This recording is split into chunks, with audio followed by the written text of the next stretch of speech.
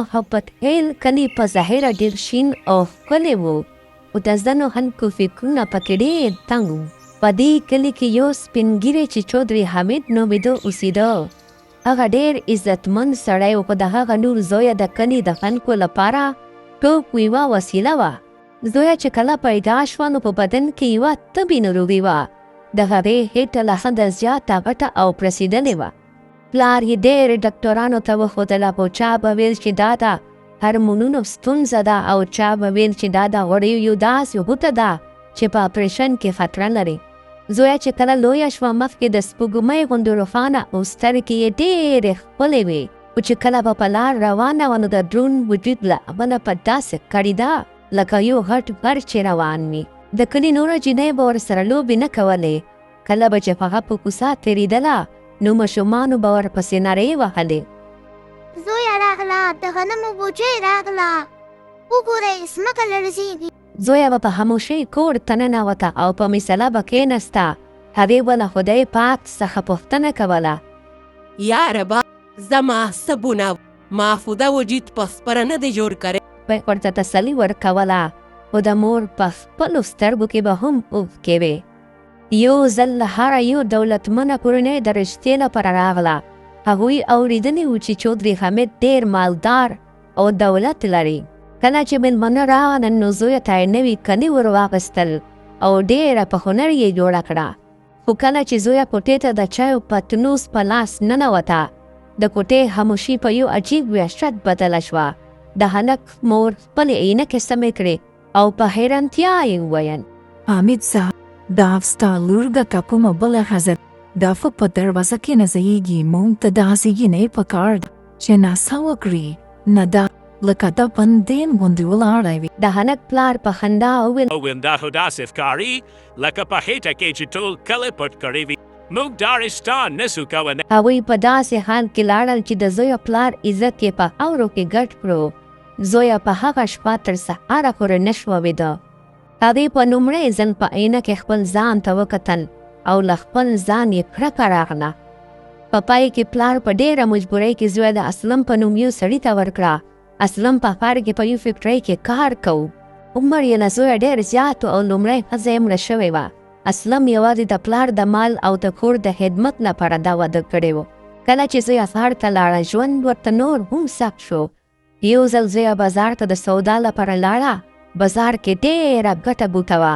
یو موټرسایکل ول په زور ورته وویل: اوی ټینګه لاره پرېږده، ایا ټول سړک کې نیولې؟ زویه په بیړه کې له یوې رډې سره ولګېده او مړۍ په ځمکه وغورځېدې.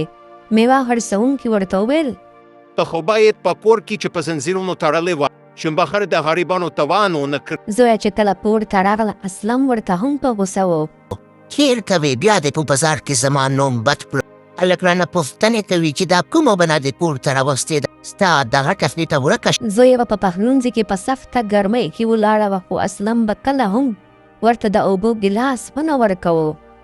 یوه شپه په ښار کې داسې سخت طوفان راغی چې په تېرو 50 کلونو کې چا نه و لیدلی.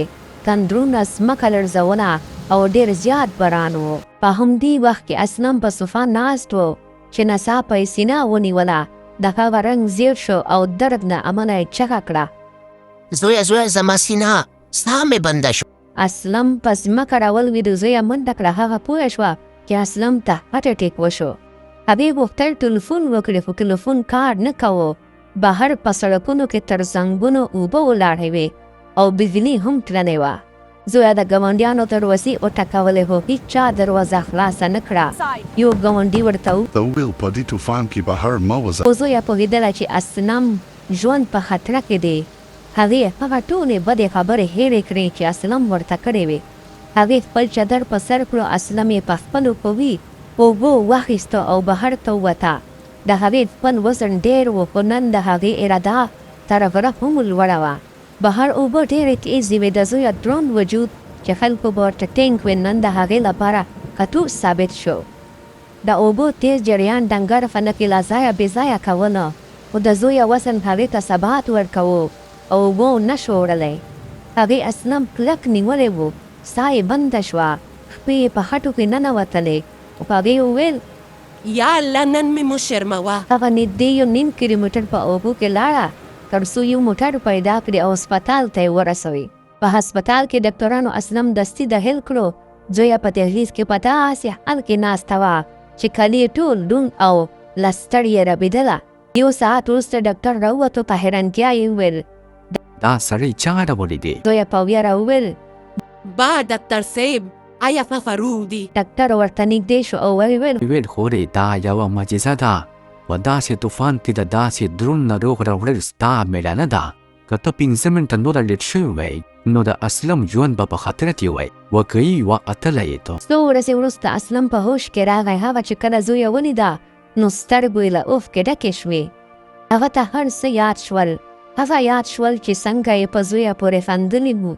اسلم د زویه لاس ونیو او ویې ویل زویا ما وبخه، ما ستا ظاهري بدن لیدو او ستا پاک زړه مې ونه لیدو. ما تا ته ټینګ ویل او نن مې پام شو چې ته زما د ژوند هغه ډار یې چې زه دې له مرګ څخه وژغورلم. دا محبت خیل په کلي کې چې کله دا خبر خپور شو نو خلکو چې په زویه باندې خندل نن د هغې په نوم فخر کوو. زویه نن پوهه شوه چې دا انسان ښکلا په شکل او صورت کې نه بلکې په اخلاقو او مېړانه کې وي.